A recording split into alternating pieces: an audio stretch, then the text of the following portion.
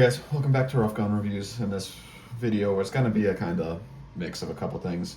I'm going to do a quick update on the LFA Armory Apollo 11, about 250 round update. As I'm doing so, I'm also going to be installing the Osight S, just to kind of knock a few things out at once and kind of, just kind of get it over with and have it on there. So kind of just really quick, I'm just going to talk about putting this thing on. It shouldn't really take me too long. But, yeah, everything that you need's in the box. LFA Armory sent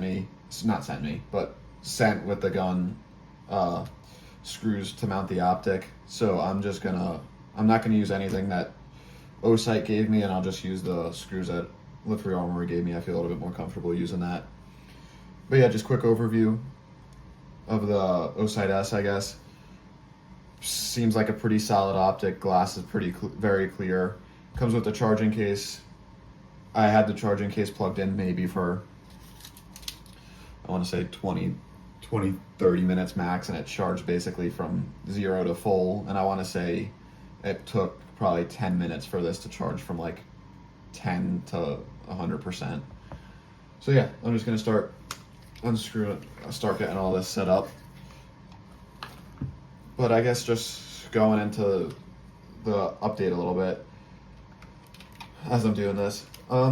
Overall, it's been a very reliable gun. I had no hiccups, no malfunctions with the Apollo 11.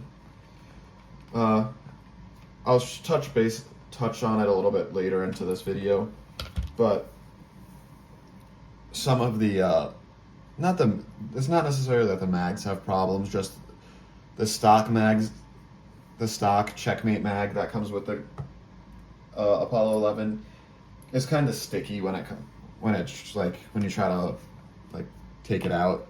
And then I did get some aftermarket mags. I know I have some questions about that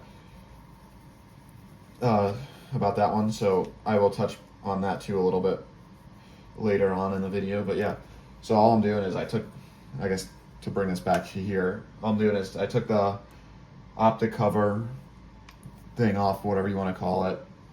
I just wiped off, there was some like grease and oil on the where like you mount the optic.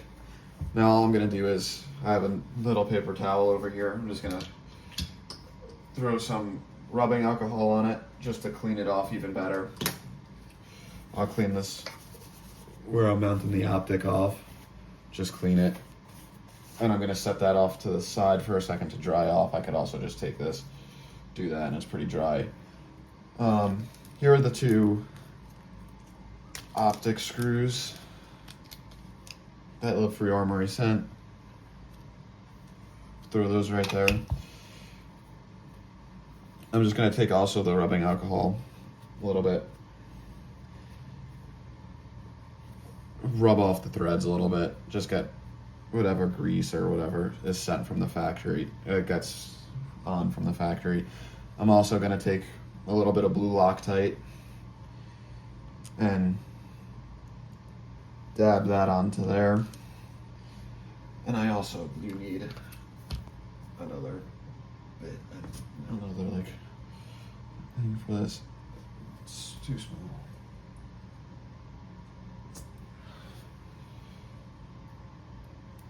There we go.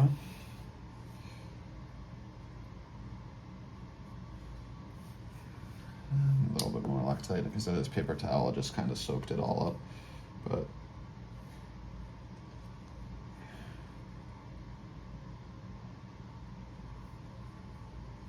some Loctite on it, that one. So I'm just gonna line up the two indents on the sight here. These two up top, I don't know if you can see that, with the two little posts on here. It should kind of just like click in. Not click in, but you should kind of feel it like sit in.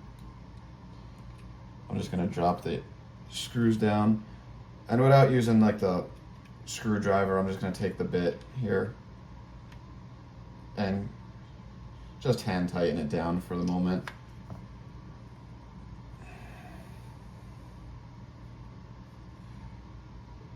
Same thing with that one. Just a little bit of Loctite and hand tighten them down just with the bit there. Now I'm gonna say what Osight recommends is anywhere from like 15 to 17 inch-pounds. So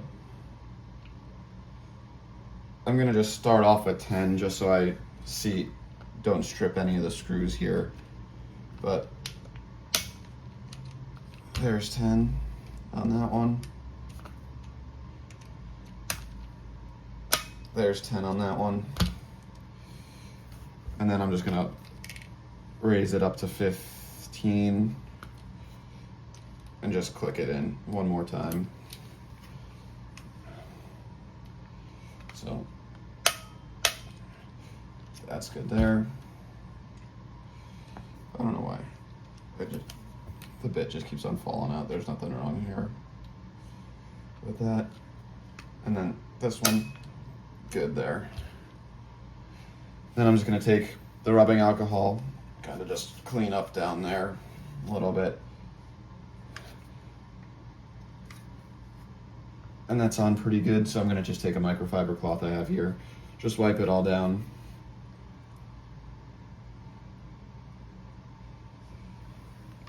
I don't know if you could see too well.